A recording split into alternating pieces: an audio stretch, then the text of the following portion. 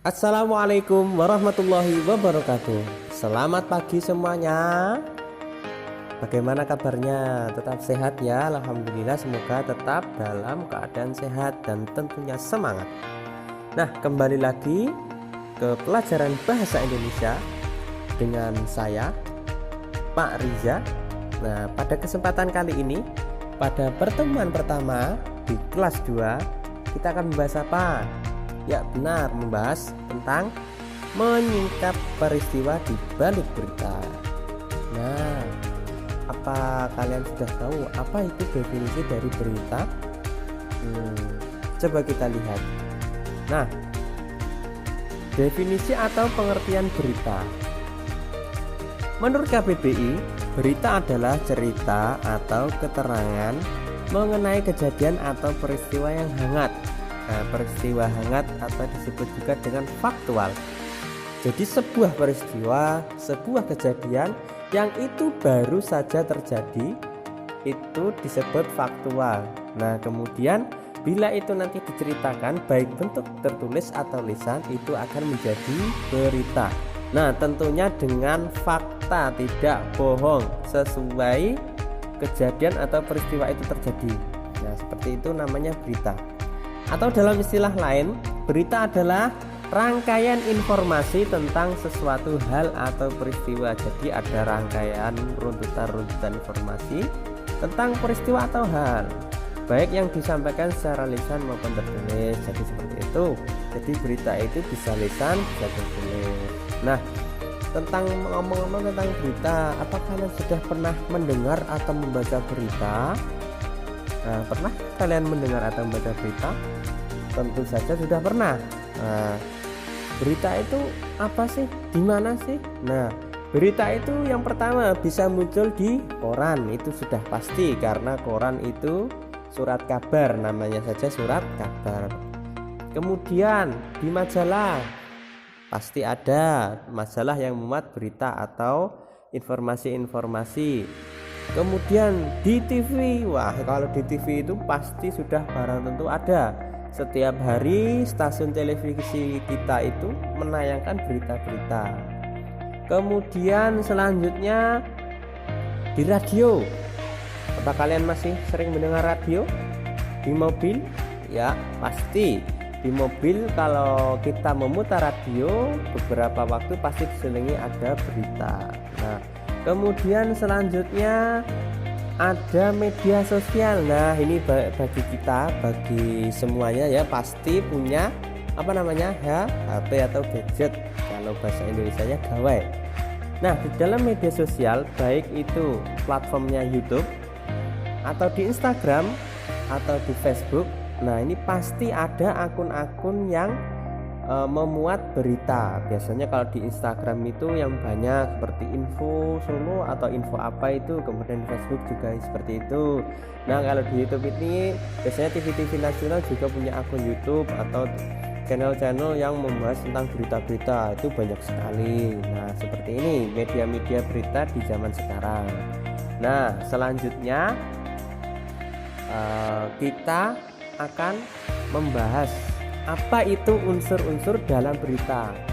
Nah, jadi dalam teks berita itu pasti ada unsurnya, unsur yang membangun sebuah berita. Tentu ada unsur yang membangun atau menyusun berita. Nah, unsur itu disebut dengan adik simba atau dalam istilah lain adalah 5W1H. Apa sih 5W1H? Ini sudah pernah kita singgung ya dalam pelajaran kemarin di kelas 1. 5W1H itu apa? Nah, 5W1H berarti W-nya ada 5, hanya 1. Nah, W yang pertama adalah what, yang artinya apa. Apa sih maksudnya, Pak? Nah, dalam teks berita itu bila dibuat pertanyaan tentang apa, jadi apa berita ini atau tentang apa berita ini, nah itu pasti bisa. Kemudian selanjutnya W yang kedua adalah where, di mana berita itu terjadi. Nah, bila ada teks berita terus ditanya di mana, pasti bisa dijawab. Kemudian When itu W yang ketiga. Kapan peristiwa itu terjadi atau kapan berita itu terjadi. Nah, itu pasti ada di dalam sebuah teks berita. Yang selanjutnya W yang keempat adalah who, siapakah yang terlibat, siapakah pelakunya, siapakah yang ikut membantu menangkap, misal ada berita pencurian, nah seperti itu, atau siapakah korbannya. Nah itu. Kemudian W yang kelima adalah why, kenapa bisa terjadi ya, karena alasannya apa ya. Nah itu harus ada dalam berita, karena jika ada orang bertanya kenapa, itu harus ada jawabannya, harus ada unsur ini. Kemudian yang terakhir adalah how, yang terakhir satu how, bagaimana itu bisa terjadi, bagaimana rumah itu bisa kemalingan, bagaimana kok penghuninya tidak bisa melawan, atau bagaimana itu misal dalam berita pencurian. Nah, mau tahu bagaimana contoh-contohnya? Nah ini silahkan disimak contoh berita berikut ini. Nah ini dia contoh berita yang singkat dulu ya, yang tentunya dalam berita ini sudah memuat 5W1H.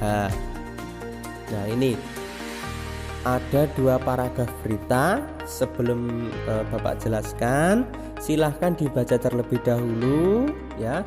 Silahkan di pause video ini dalam hitungan 1, 2, 3, di pause, kemudian jika sudah selesai silahkan lanjut videonya ya. Dalam hitungan 1, 2, 3 video di pause. 1, 2, 3. Nah bagaimana, sudah selesai membaca? Nah jadi contoh berita ini adalah membahas mengenai keluarga korban di Perang Dunia Kedua di Muntok ingin membangun sebuah taman perdamaian. Nah ini di mana? Di Pantai Raji. Nah itu nanti pertanyaan-pertanyaan di mana, 5W1H, kapan, oleh siapa, dan sebagainya akan kita bahas selanjutnya. Jika sudah dibaca, mari kita melihat unsur-unsur pertanyaan yang membangun. Nah unsurnya apa itu tadi? What, apa, tentang apa berita ini, kemudian where, di mana berita ini, when, kapan apanya, bisa kapan ini akan dibangun, atau kapan peristiwa itu terjadi. Nah who, siapa, oleh siapa ya toh. Kemudian ini ada maaf, dan who, siapa, why, mengapa, how, bagaimana. Nah mari kita lihat unsur yang pertama, yaitu pertanyaan berunsur what, apa. Nah apa, tentang apa, pertanyaannya apa tadi? Kita lihat pertanyaannya, apa yang rencananya akan dibangun di Muntok, Provinsi Kepulauan Bangka Belitung. Nah pasti ada jawabannya dalam berita, yaitu jawabannya apa? Di Muntok, Provinsi Kepulauan Bangka Belitung rencananya akan dibangun sebuah taman perdamaian. Nah itu satu contoh pertanyaan berunsur what dalam sebuah berita. Kemudian pertanyaan kedua, apa nama pantai di lokasi kejadian Perang Dunia II? Namanya adalah Pantai Raji. Nah itu selanjutnya. Nah jadi apa adalah kata tanya untuk menanyakan maksud atau inti sesuatu yang sedang dibicarakan. Nah, jadi inti atau maksud yang sedang dibicarakan dalam berita itu tentang apa. Jadi pertanyaan apa. Nah ini contoh-contohnya. Kemudian unsur yang kedua yaitu where, di mana. Bagaimana pertanyaannya? Nah ini pertanyaannya, di mana lokasi akan dibangun taman perdamaian? Jawabannya di mana? Lokasi kejadian di Pantai Raji. Nah jadi yang akan dibangun yaitu di lokasi kejadian, yaitu di Pantai Raji, tepatnya di Muntok, Kabupaten Bangka Belitung. Nah selanjutnya ada pertanyaan kedua lagi, di mana Michael Noise berkunjung? Jawabannya di Muntok. Nah, seperti tadi sudah ada di dalam berita, tinggal kita mengulas unsur-unsur 5W1H. Nah, di mana where adalah kata tanya untuk mohon maaf ini keluar lagi. Kata tanya untuk menanyakan tempat. Contoh di sekolah, di stasiun, atau di dekat rumah dan sebagainya. Selanjutnya, unsur yang ketiga adalah pertanyaan berunsur when, kapan. Contoh, pertanyaan, kapan perawat Australia meninggal di Muntok? Nah, tentu pada saat Perang Dunia Kedua. Nah, terus pertanyaan lagi yang kedua, kapan Michael Noyce berkunjung ke Muntok? Nah, jawabannya Michael Noyce berkunjung ke Muntok pada Kamis tanggal 16 bulan 2 bulan lalu ya, bulan Februari. Nah, ini. Nah, kapan adalah kata tanya untuk menanyakan waktu. Contoh saat itu, kemarin, besok, atau pukul 12, pada hari Senin, atau saat tertidur, atau misal contohnya kalian memberitakan kemarin waktu kita ke pasar Jongke, itu kalian menulis kalimat berita. Terus ada pertanyaan, kapan siswa-siswi SMP PT Azaidi pergi ke pasar Jongke? Yaitu pada saat jeda PTS kemarin ya, seperti itu. Kemudian selanjutnya pertanyaan berunsur who, siapa. Nah, ini tetap dibolak-balik. Pertanyaannya, siapa perawat korban Perang Dunia Kedua? Yaitu jawabannya Kathleen Margaret Neus. Nah, adalah perawat korban Perang Dunia Kedua. Kemudian ada pertanyaan lagi, siapa keponakan dari perawat Kathleen? Yaitu Margaret Neus.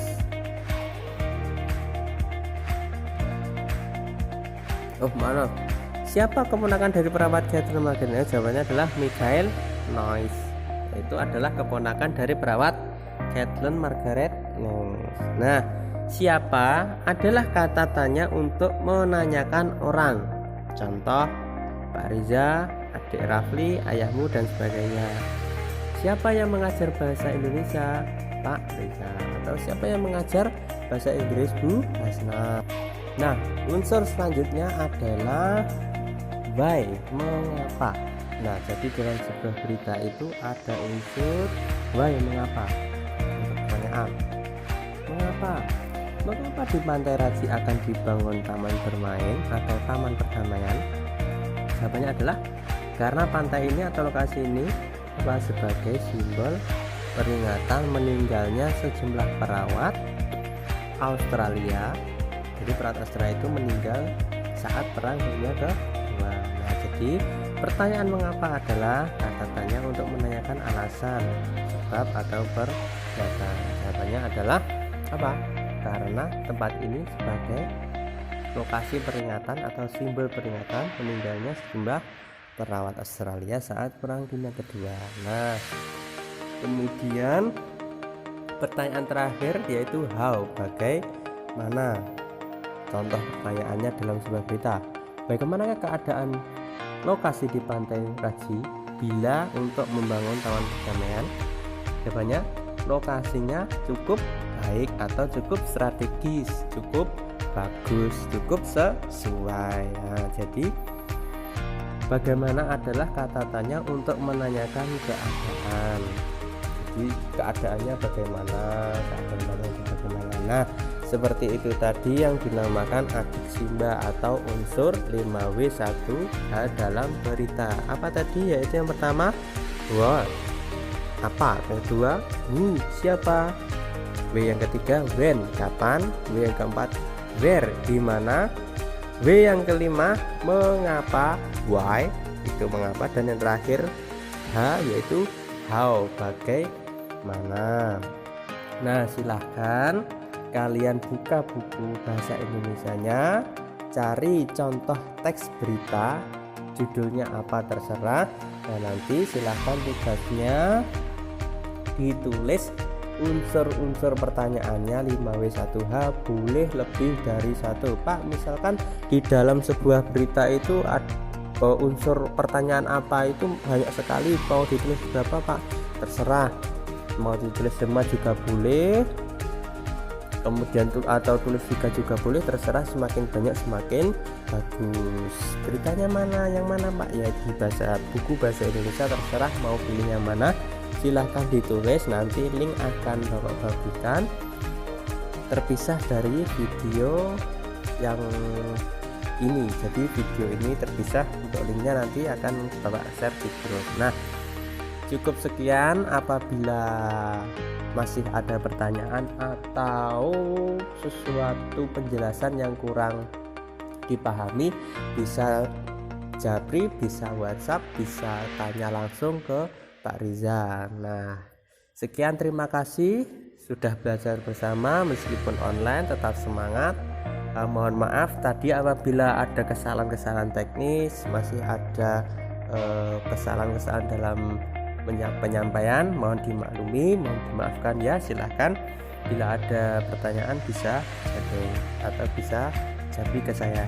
Sekian, wallahul muwaffiq ila aqwamit thoriq. Wassalamualaikum warahmatullahi wabarakatuh.